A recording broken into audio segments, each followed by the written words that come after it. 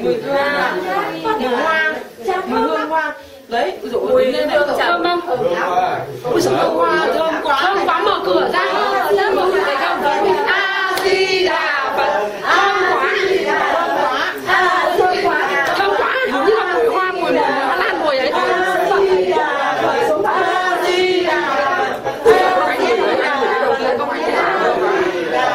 Ui dồi ôi, thơm quá.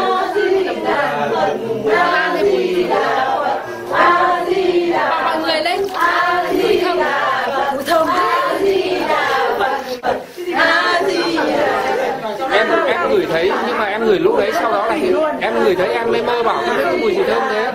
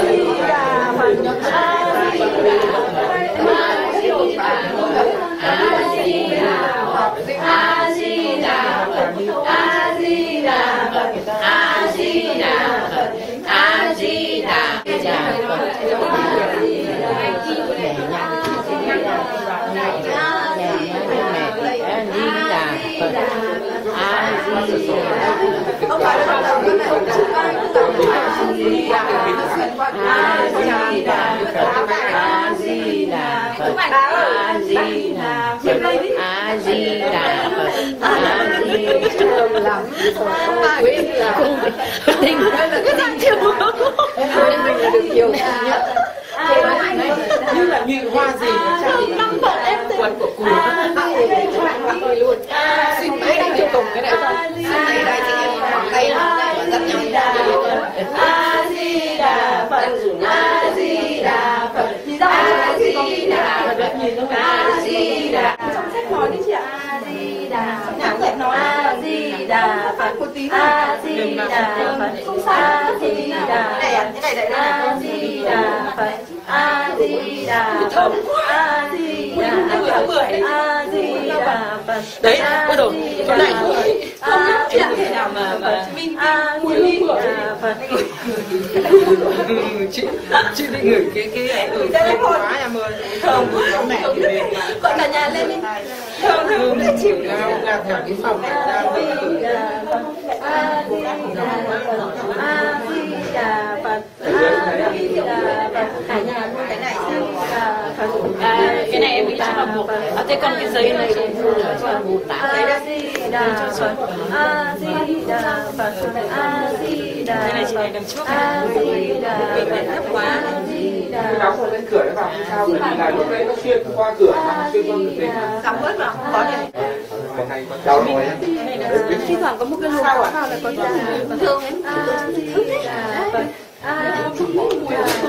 A Di Đà Phật. Thấy không? Rất lâu rồi tháng tận A Di Đà Phật, A Di Đà Phật,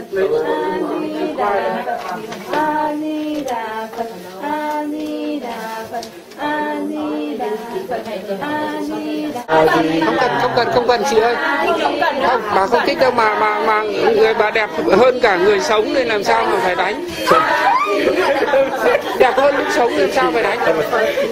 A Di Đà Phật, A Di Đà Phật. Bà bây giờ đẹp không? Trông bà đẹp không? Trông bà đẹp, da căng da nhá. Da căng không còn nhăn nheo nữa. Hết nhăn nheo rồi.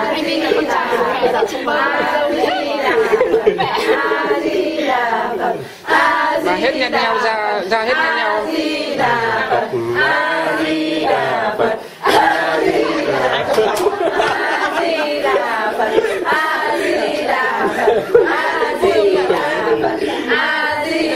Quá các con mình thờ cho mẹ bay lên. A Di Đà Phật, A Di Đà Phật, A Di Đà Phật, A Di Đà Phật. Quay các con á.